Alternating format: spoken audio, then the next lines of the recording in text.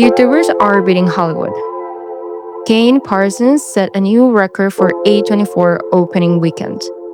Curry Barker turned an $800 short film into a deal with United Talented Agency. Meanwhile, some modern movies with $100 million budgets still fail. So, what do YouTubers know about filmmaking that Hollywood doesn't? I'll compare these YouTubers' films to Hollywood ones to find out what makes them different. A 20-year-old with zero film school training just gave A24 the biggest opening weekend in the studio's history. And that's not just a viral moment, because he's not the only one doing this. From the exact same place with the exact same background or lack of one, Curry Barker spent years making sketch comedy on a channel called That's a Bad Idea.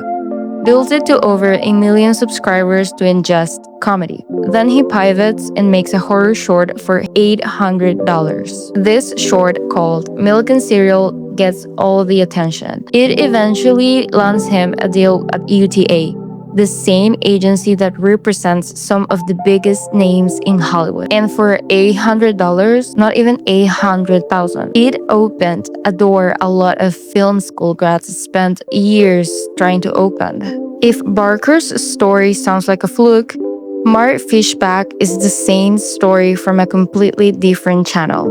Known for Let's Plays of indie horror games, not filmmaking. He signed with UTA in 2023, got an Emmy nomination, and by 2026, he's not just acting. He's directing, producing, and writing his own theatrical horror film. 3 different creators, 3 different channels. And somehow they all land in the same place, directing horror films for real studios. So why horror all of a sudden? Why these 3? Honestly, it's not that YouTube makes better filmmakers than film school. It's that YouTube trains a completely different set of instincts. Hollywood's system was never built to grow a real-time feedback, an editing instinct, or an established audience, or just know how to deal with the attention span that it's a struggle right now. And that third one is the one Hollywood struggles with most. YouTubers build the audience before the film exists. Hollywood builds the film, then tends to go looking for the audience after. That's the whole claim of this video. Not just better, but different. And later, we're going to watch that difference play out in real box office numbers. So, this is the recap. A record-breaking opening, a UTA deal, a theatrical directing debut, from 3 people who never went to film school. But none of that tells you how someone actually builds that. It doesn't show you the years before any of it paid off. And that's actually the part that explains everything. Before Milk and Cereal, Barker spent years building an audience with That's a Bad Idea. 1 million subscribers, built one sketch at a time, every upload getting instant, like real-time feedback. Views, retention, comments, telling him exactly what worked and what didn't. That's years of learning what makes someone keep watching before he ever touched a horror script.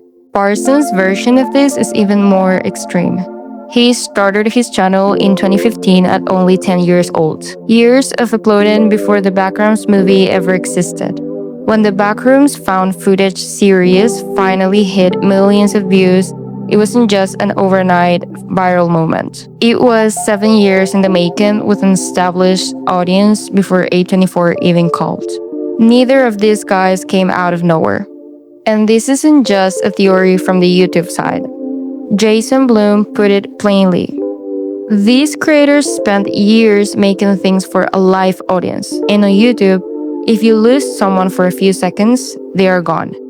By the time they get to a studio, that instinct is already built in. James Wan said something similar, that this generation has the fastest feedback loop any young filmmaker has ever had access to. So the instincts aren't a theory. People actually producing these films are watching it happen in real time. But an instinct, it isn't a box office number. And if this really is a different kind of filmmaking intelligence, it should show up in the numbers. So let's put it next to what a full studio system at full budget was doing in the exact same year. In 2026, Warner Bros. Released two of the biggest theatrical swings of the year: The Bride by Maggie Gyllenhaal and Supergirl, DC's follow-up to a $618 million hit.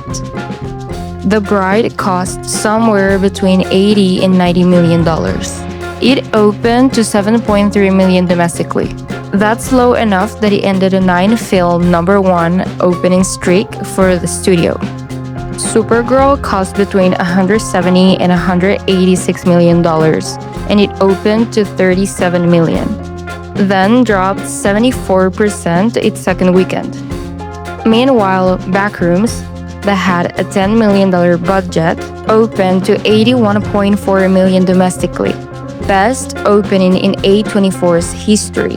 Even beat The Mandalorian and Grogu the same weekend. Same year, same industry, same access to theaters, and one side had 10 times the budget for a fraction of their return. Because Parsons and Barker's audience was one they built themselves from scratch.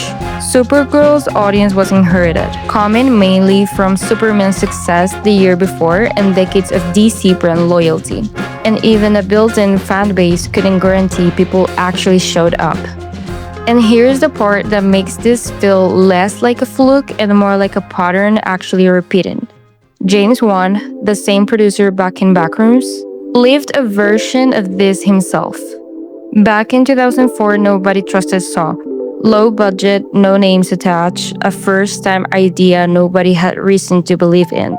Then it became a franchise with massive success over 20 years later. Blum has said it before. Horror has always been the genre where new talent can break in. You don't need a giant budget. You just need a good idea and a lot of nerve.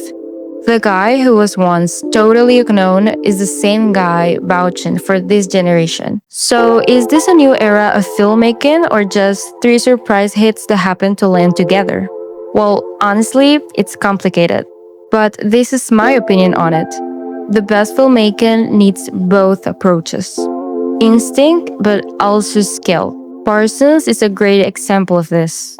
A preteen uploaded to an empty channel in 2015, slowly building the exact instincts that would let him make Backrooms work 8 years later.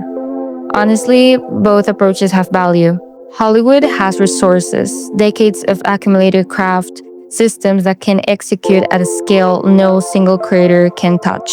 That's exactly what a film like Iron Lung needed to actually get made.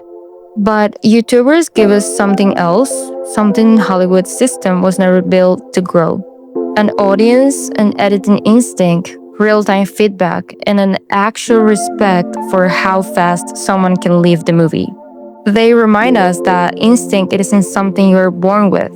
Sometimes it's years of comments, it's a retention graph, or sometimes it's just never having the luxury of a slow release cycle to hide behind. And maybe that's the real genius of both approaches. Hollywood teaches us what filmmaking looks like once it has nothing left to prove. YouTube teaches us what it looks like when every second still has to earn itself. And we need both. The skill to make something like Iron Lung real and the instinct to make sure someone actually watches it. Maybe the real power of a Parsons or a Barker it is in how fast they broke in. It's in what it reveals about us, about the systems we built, about what we stopped teaching, and about what we are only now starting to notice we lost. So maybe the real lesson here is in Hollywood versus YouTube kind of thing. It's that Hollywood's going to do what it always does. Perhaps try to replicate this with other original ideas. The same way studios chased Jaws throughout the 70s, which probably means more YouTubers with established audience getting these deals next. But instinct, it isn't the only thing storytellers get wrong when they think they understand someone. So if you want to see what happens when a film actually gets inside a mind that shouldn't make sense to us, Watch this, where I break down the most terrifying psychopath cinema has ever put on screen.